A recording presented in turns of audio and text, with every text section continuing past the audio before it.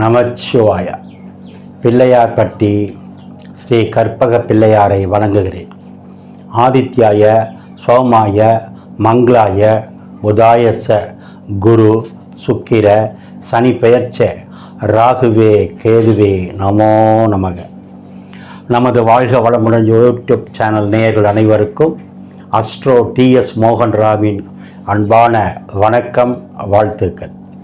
நாம் இந்த வீடியோவில் என்ன பார்க்க போகிறோம்னா, மே மாத பலன்கள் பார்க்க போகிறோம். மே மாத பலன்கள் பார்க்க போகிறோம்.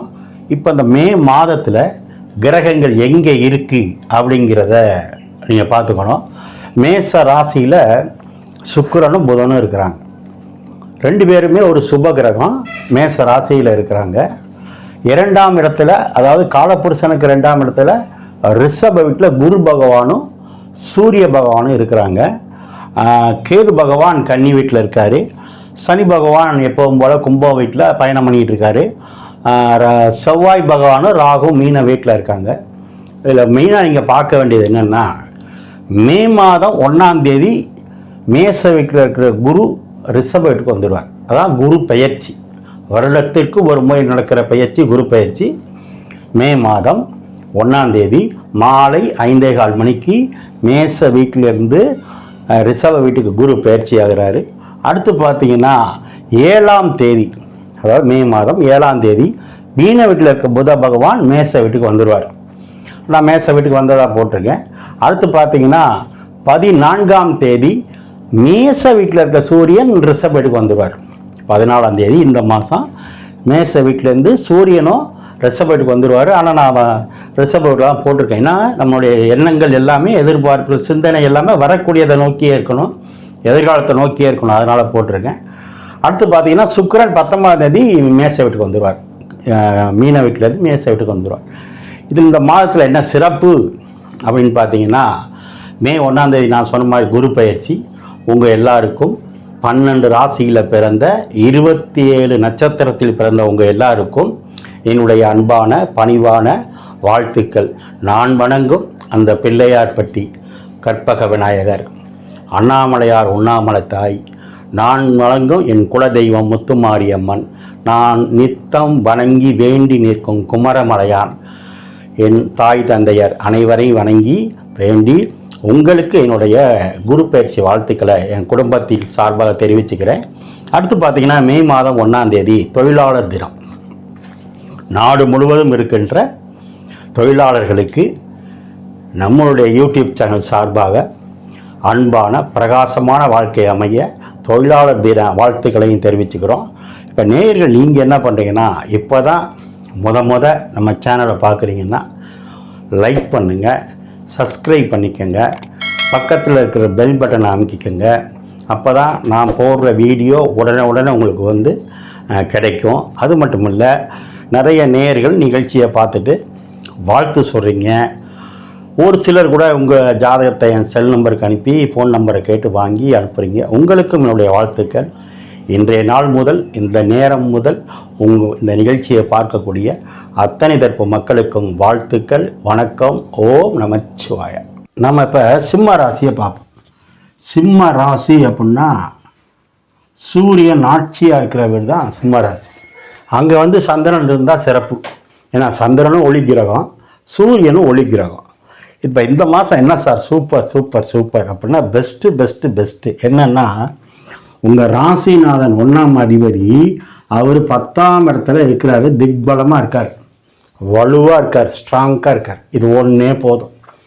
இந்த மாதம் வேலூர் ஓட்ட போகிறேன்னு அர்த்தம். அல்லது தப்பி தவறி உங்கள் ஜாதகத்தில் ரிஷப வீட்டிலேயே சூரியன் இருந்து இப்போ இந்த குரு அங்கே வந்திருந்தாருன்னா அது அதோட சிறப்பு. இந்த மாதம் என்ன சிறப்பு? மே 1ஆம் தேதி குரு அங்கே வர்றார், சூரியன் அங்கே வந்துடுவார் கோச்சாரத்தில். அப்போ 10ஆம் இடம் புனிதமாகுது, 10ஆம் இடம் வலுவாகுது. 10 என்ன? தொழில். உங்கள் தொழில் வெற்றி. அரசு வேலை கிடைக்கும், அல்லது அரசாங்கத்தில் பதவி உயர்வு, அரசியலில் வெற்றி. யாராவது சிம்ம ராசிக்காரங்க அரசியலில் இருந்தால் இந்த மாதம் நீங்கள் சந்தோஷமாக இருக்கிற மாதிரி எந்த மாதம் இருந்திருக்க முடியாது. ஏன்னா நீங்களே 10ல் போய் வலுவாக இருக்கீங்க, குருவோடு சேர்ந்துருக்கீங்க அப்படின்னா மகிழ்ச்சியே. அதே மாதிரி அரசு அதிகாரிகளுக்கு வெற்றி ப்ரமோஷன் உண்டு. அரசியல்வாதிகளுக்கும் வெற்றி. ஏன்னா சூரியன் தான் அரசியலுக்கும், மருத்துவத்துறைக்கும் சூரியன் தான், சட்டம் சூரியன், ஆன்மீகம் சூரியன், குரு அறிவு, சூரியன் ஆன்மா. உங்கள் எண்ணம் முதல்ல எப்படி இருக்கும், உங்கள் மனசு எப்படி இருக்கும், உங்கள் ஆன்மா எப்படி இருக்கும், உங்கள் சிரேகம் எப்படி இருக்கும்? Super super super. இந்த மாதம் சிம்மம்னாலே வெளிச்சம், சிம்மம்னா ஒளி. அந்த ஒளி கிரகம் சூரியன் எங்கே பார்க்குது? 4ஆம் இடத்தை பார்க்குது. இன்னொரு ஒளி கிரகம் யார்? குரு. அவரு சேர்ந்து 4ஆம் இடத்தை பார்க்குறாங்க. அப்போ 4ஆம் இடத்தை பார்த்தா என்ன? சுகமாக இருக்கீங்கன்னு அர்த்தம். உங்கள் அம்மா நோய் குணமாகி நல்லா இருக்காங்கன்னு அர்த்தம். 4ஆம் இடம்னா என்ன? வண்டி வாகனம் புதுசாக மாற்றுவீங்கன்னு அர்த்தம். நீங்கள் போடக்கூடிய ட்ரெஸ்ஸு 4ஆம் இடம். சார் உங்கள் ராசிக்கு 2ஆம் இடத்தை குரு பார்க்குறார் இந்த மாதத்துலேருந்து, மே 1லேருந்து. அங்கே ஏற்கனவே கேது இருந்து ஒரு சில டிஸ்டர்பன்ஸை கொடுத்தாரு, தேவையில்லாமல் பேச தெரியாமலாம் பேசி மாட்டிக்கிட்டே. இப்போ அந்த கவலை இல்லை. இந்த கேது இங்கே இருக்கிறாருங்கிறதே நீங்கள் மறந்துடலாம். ஏன் இந்த கேதுவை மறந்துடணும்? ஏன்? குரு 5ஆம் பார்வையை பார்க்கும்போது வாக்கில் இருக்க கேதுவை கண்ட்ரோல் பண்ணுவார். அது யாரோட சேர்ந்து? சூரியனோட சேர்ந்து. சூரியன் யார்? ஒளி கிரகம். சூரியன் யார்? ராஜா. சூரியன் யார்? அரசாங்கம். அவர் யார்? உயர் அதிகாரி, கௌரவ தலைவர். யார்? குரு. அப்போ 2 பேரும் சேர்ந்து குரு பார்க்கும்போது வாக்குஸ்தானத்தில் அரசாங்கத்தினால பணம் வரும், அரசியலில் பணம் வரும், ஆன்மீகத்தில் பணம் வரும். குரு தான் பேங்க்கு வழியாக உங்களுக்கு பணம் வரும். இப்படி நிறையா சொல்லிக்கிட்டே போகலாம். அடுத்து குடும்பமே அமையலைங்கிறவங்களுக்கு பேச்சு இல்லை. இப்போ 4ஆம் இடம்னா சுகம், 2ஆம் இடம்னா குடும்பம். இப்போ கல்யாணம் ஆகும், கல்யாணம் ஆகிடும். அது மட்டும் இல்லை, உங்களுக்கு கண்டச்சனி நடக்குதுன்னு கவலைப்பட்டீங்க. ஒரு சிலர் கண்டச்சனி நடந்தாலும் திருமணம் பண்ணலாம், ஜாதகத்தில் நல்ல தசை புத்தி நடந்தா. சார் எல்லாத்துக்கும் மேலே இந்த குரு உங்களுக்கு 6ஆம் இடத்தை பார்க்குறார். குரு 6ஆம் இடத்தை பார்க்குறார். அப்போ கடன் இல்லை, எதிரி இல்லவே இல்லை. யாராவது தப்பித்தவரி நோய் நொடி இருக்குது சார்னா இப்போ அதுவும் இல்லை. யாருக்காவது கோர்ட்டில் கேஸ் நடக்குது சார் அப்படின்னா இப்போ அதுவும் இல்லை. நீங்கள் ஜெயிக்க போகிறீங்க. சூரியன் பவர்ஃபுல்லாக இருக்குது சார். சூரியனுக்கு அப்புறம் தான் மற்ற கிரகம். நவ கிரகங்களின் தலைவன் யார்? சூரியன் தான். அவர் திக்பலமாக இருக்கார். நீங்கள் 10ஆம் இடத்துல போயிருக்கீங்க. அப்போ தொழிலை டெவலப் பண்ணுறீங்கன்னு அர்த்தம். தொழிலில் குருன்னா யார்? பணம். அப்போ தொழிலில் நல்ல லாபம் கிடைக்குதுன்னு அர்த்தம். குருனா யார்? பேங்க்கு. குருனா யார்? கோடிகளுக்கு அதிபதி. அது மட்டும் இல்லை சார், 9ஆம் இடத்துல சுக்கிரன் இருக்கு. 9னா திரிகோணம், பாக்கியம். அங்கே போய் சுக்கிரன் இருந்தா என்ன? சுக்கிரன்னா லட்சங்களுக்கு அதிபதி. 10ல் யார் இருக்கா? குரு, கோடிகளுக்கு அதிபதி. சூரியன்னா நீங்கள் சார். 5 குரு, 1 நீங்களும் உங்கள் மகனும் சேர்ந்து 10ல் இருந்தால் அப்பா மகன் உறவு நல்லா இருக்கும். அப்பாவும் மகனும் சேர்ந்து செய்கிற தொழில் நல்லா இருக்கும். 5ன்னா அதிர்ஷ்டம். நிறைய பேசியிருக்கோம். பூர்வீகம், யோகம், காதல் எல்லாம் 5 தான். ஒரு சிலருக்கு காதல் திருமணம் நடக்க வாய்ப்பு இருக்குது. ஏன்? நீங்கள் 1, 5ன்னா காதல், 7ன்னா திருமணம் சார். விஷயம் அவ்வளோதான்.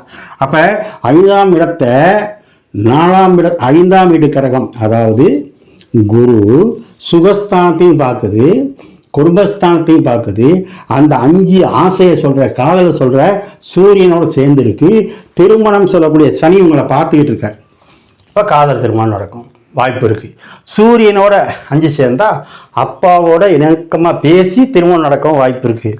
சார் 10 அப்படின்னா உங்கள் மாமியார், நீங்கள் செய்கிற தொழில் எல்லாம் 10ஆம் இடம், அது வலுவாக இருக்குது.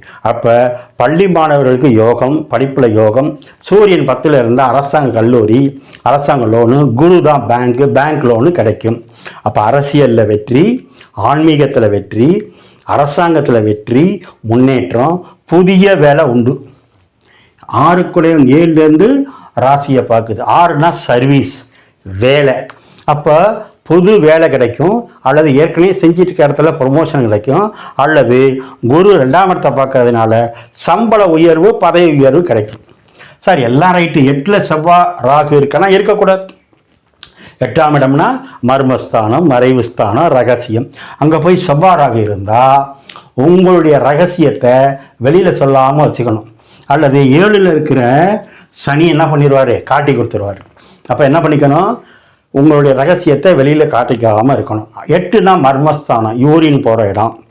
7னா இடுப்பு. அப்போ இப்போ வெயில் காலம் வேறு, டென்ஷன் ஆகிடக்கூடாது, கோவப்படக்கூடாது, யார்ட்டையும் அதிர்ந்து பேசக்கூடாது, வெடுக்குன்னு பேசிடக்கூடாது. ஏன்னா கேது வாக்கில் இருக்கா, உங்களை அறியாமல் வார்த்தை வந்துடும்.